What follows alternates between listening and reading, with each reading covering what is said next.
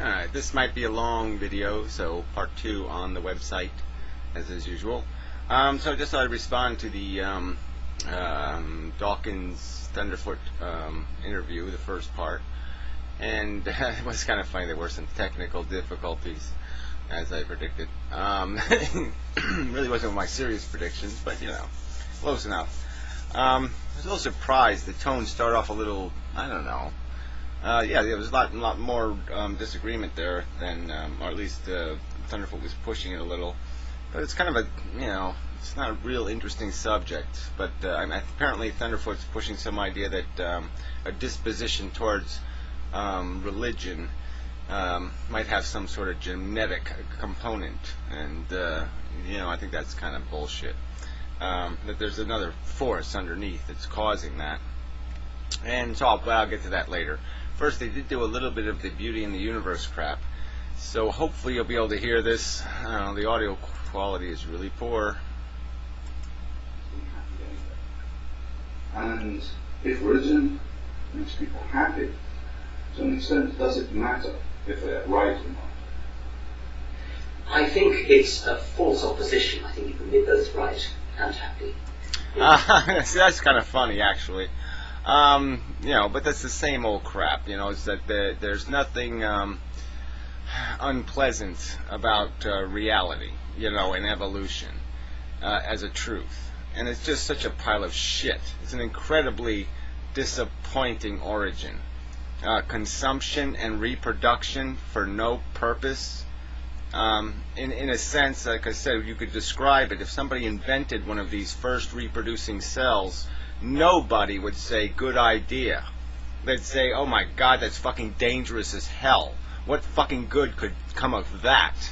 You know, a little monster that just consumes and reproduces with no brain, no ethics, no anything. So yeah, we have that's a bastard origin. And to say that's some sort of pleasant thought is bullshit. To sit there with the prospect that we have no control over the future, or that you know, there's no automatic happily ever after. You know, there's no God in the box to pop out and fix everything up, clean everything up at the end. You know, fairy godmother, all that kind of shit. Yeah, it's a little bit of a downer. So I mean, that's sort of a false premise that oh, we can all be perfectly happy with the truth. No, because that truth, evolution, then all the responsibilities imposed on us. We're the only intelligent, truly intelligent organism on the planet. We're the biggest brother, so to speak, or whatever you want to call it. We're the eldest, the most mature, and so we've got to take responsibility. We've got to do all the babysitting. We've got to do all the cleaning up of the messes. We've got to, you know, that's the automatic, logical consequence. You know, we have to clean up the evolutionary mess, and that means we're going to have to do things that are going to be inherently unpleasant, because yeah, we are a bunch of apes running around on this planet, and all these apes can't do whatever the fuck they want, so somebody has to stop them. Even though they'd rather be doing something else, they'd rather be contemplating the universe, doing some other bullshit, they're going to have to deal with these real world problems of all this human conflict created because we are fucking goddamn monkeys. Okay, monkeys with big giant guns. So I think that's just so fucking, that's just bullshit. And you know, again, it's another one of these like blanket endorsements of 4 billion years of animals eating each other. Like, oh, look at the splendor of it. So boo on you for that one, Dawkins. Kind of a lame answer. Let's see if there's anything else here in the beginning. I was forced to choose. I think I would agree that I'd rather be right than happy.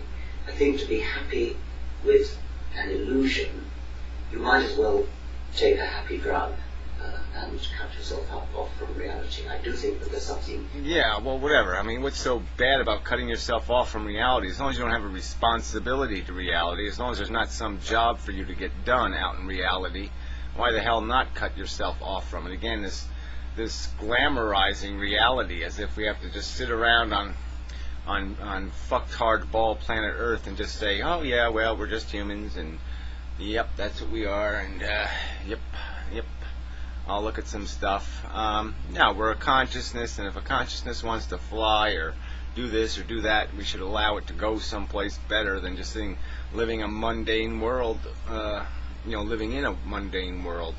So, again, that's kind of a bullshit answer.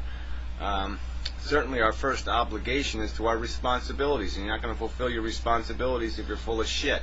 So whether you're happy or not is sort of irrelevant until you've satisfied your responsibilities as an intelligence on planet Earth.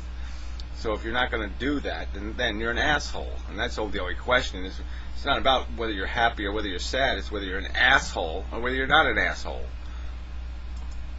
Beautiful about reality, something beautiful about the truth about the real world.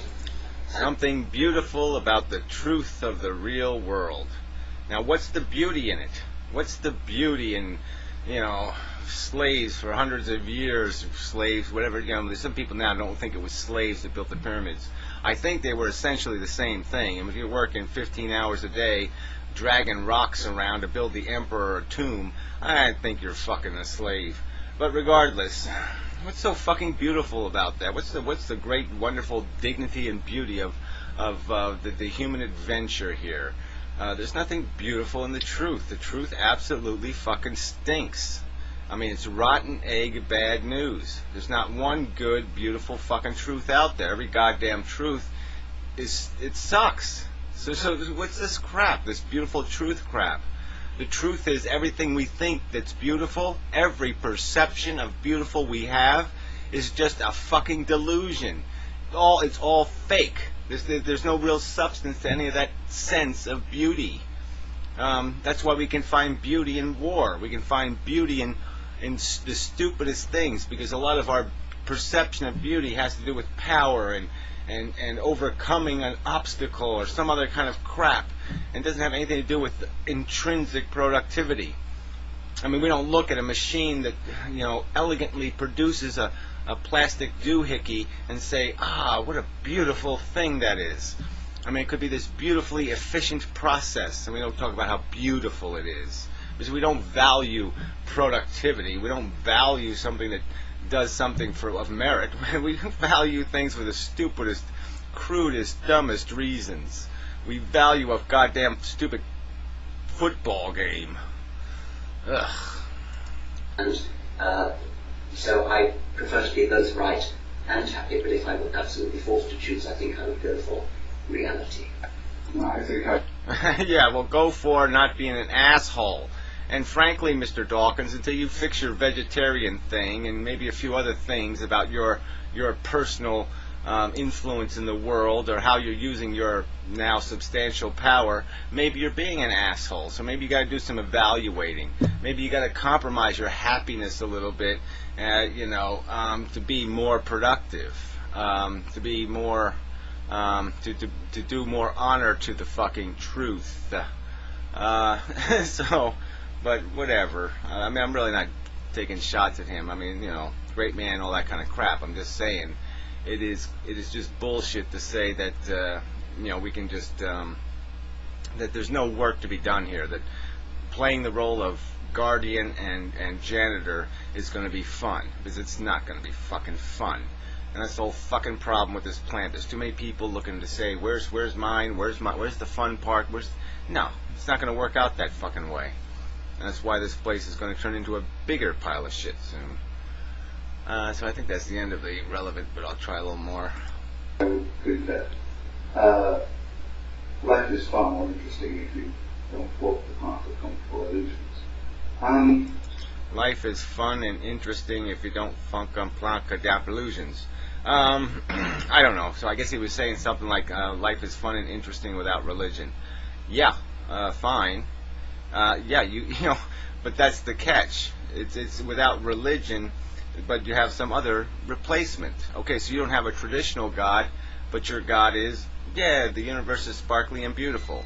Evolution's a benign and wonderful process, because it creates silly humans who think they're accomplishing something when they build little pointy things in the desert.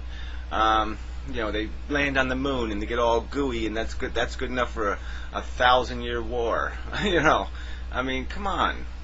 It's bullshit. We are insatiable little consuming and reproducing monsters. There's nothing, wonderfully whatever the right word is. I mean, it just doesn't fill you with joy and happiness to realize you're just a consuming and monster, and that's what we are. We're selfish little bastards, and that's the reality. That's the truth. And it seems you people are running just as fast from it as the religious fuckers. You're just running to different arms. You're running to the arms of the beautiful universe, and they're running to the arms of the loving Jesus. So, same difference. Alright, the second, I'll just go on a little bit. I mean, I won't drag this out too far. So the rest of the conversation sort of focused on this idea of what role does evolution play, how we evolved in our religiosity, as some people would put it.